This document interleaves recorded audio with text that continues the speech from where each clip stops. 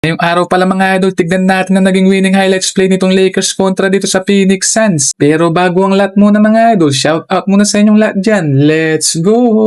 At dito nga mga idol kung saan napakalaki ang naging ambag dito ni Uncle Tito Lolo Bron. Naging laro nila ngayong araw kung saan nagtala lamang siya ng 26 points, 3 assists and 4 rebound. Kung saan nandyan din si Insan Luka Doncic kung saan nagtala lamang ng 29.6 assists and 3 rebounds. So nga pinakitaan tayo kagad dyan ni Insan Luka ng pump fake, double pay, holiday fadeaway dyan mga idol, bajeng. Saan hindi naman dyan nagpauli dyan si Uncle Tito Lolo Bro. Merong look away fadeaway. Kaya is 2 points lang dyan mula kay Uncle Ayton, bajeng. Kaya dito masasabi ko lang mga idol kung saan maayos talaga ang ginawa ng Los Angeles Lakers. Kung saan hindi talaga sila nakapagmerenda ng boy bawang na may suka. Tulad na lang nitong ginawa ni Uncle Tito Lolo Bron na pump fake na may fadeaway double pay holiday mula kay Uncle Tito Lolo Bron dyan. Yan o, bajeng. Eto, panibago naman dyan mula kay Uncle Tito Lolo Bron. Drive away na sinamahan ng layup finger roll fadeaway dyan mula kay Uncle Tito Bron, bajeng. Sa play nga nito parang nagkaulian dyan ang bibilis tumakbo. Kaya kung saan nakagawa ng slam dunk fadeaway dyan si Insan Jackson Hayes. Ito naman nga mula kay Uncle Tito Lolo Bron kung saan easy fadeaway layup lang dyan, bajeng. Kaya masasabi ko lang dyan kay Uncle Tito Lolo Bron na ayos pa talaga ang buto-buto ni Uncle Tito Lolo Bron dyan mga